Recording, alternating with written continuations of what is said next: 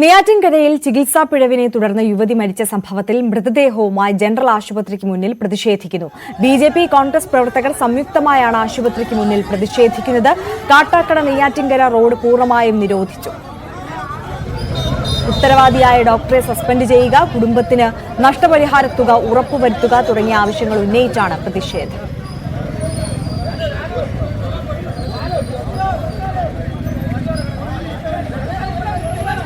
അരുൺ മോഹൻ വിവരങ്ങളുമായി ചേരുകയാണ്. അരുൺ, ദൃശ്യങ്ങളിൽ തന്നെ വ്യക്തമാണ് എത്രത്തോളം ശക്തമായ പ്രതിഷേധമാണ് അവിടെ നടക്കുന്നത് എന്നുള്ളത്. ഈ പ്രതിഷേധം ഇപ്പോഴും തുടരുകയാണോ? എന്താണ് പ്രധാനമായും അവർ ഉന്നയിക്കുന്ന ആവശ്യം?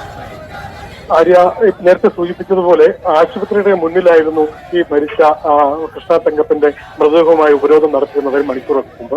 എന്നാൽ ഇപ്പോൾ അത് സ്വഭാവം മാറി ദേശീയപാത ഉപരോധത്തിലേക്ക് മാറിയിരിക്കുകയാണ്. പ്രതിഷേധക്കാരുടെ ആവശ്യം അധികാരികളെത്തി എത്രയും വേഗം തന്നെ ഇതിന് ഉത്തരവാദിയായ ഈ മരണത്തിന് ഉത്തരവാദിയായ ഡോക്ടറെ സസ്പെൻഡ് ചെയ്യുക, ഒപ്പം കുട്ടിക്ക് ഇവരുടെ കുടുംബത്തിന് വേണ്ട നഷ്ടപരിഹാരം നൽകുക തുടങ്ങിയ ആവശ്യങ്ങൾ ഉന്നയിച്ചാണ് ഈ പറയുന്ന സംയുക്ത സമരസമിതിയുടെ ആഭിമുഖ്യത്തിൽ ഉപരോധ സമരം ആരംഭിച്ചത്. രാവിലെ തന്നെ വിവിധ രാഷ്ട്രീയ കക്ഷികൾ ഈ ആശുപത്രിക്ക് മുമ്പിൽ ഉപരോധവും പ്രതിഷേധവും ഒക്കെ ഉയർത്തിയിരുന്നു.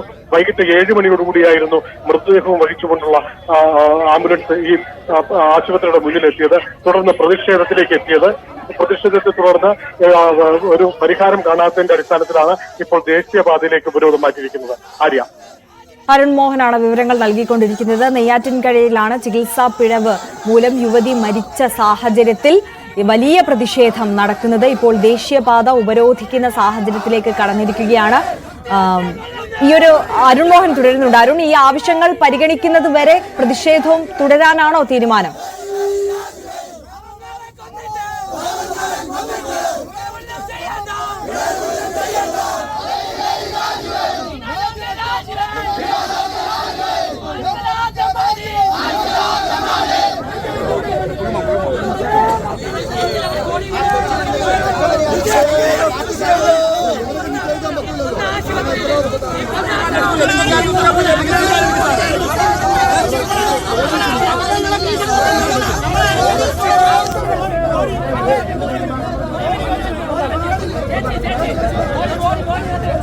ഇഞ്ചക്ഷൻ നൽകിയതിനെ തുടർന്ന് ഇന്ന് രാവിലെയാണ് ഇത്തരത്തിൽ യുവതി അബോധാവസ്ഥയിലാവുകയും പിന്നീട് മരണപ്പെടുകയും ചെയ്തത്.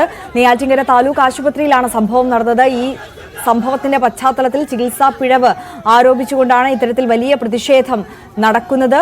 കോൺഗ്രസ് ബിജെപി പ്രവർത്തകർ സംയുക്തമായാണ് ആദ്യം ആശുപത്രിയുടെ മുൻപിലാണ് പ്രതിഷേധം നടന്നത്. അതിനുശേഷം ഇപ്പോൾ ദേശീയപാത ഉപരോധിക്കുകയാണ്. വലിയ പ്രതിഷേധം തുടരുന്നു.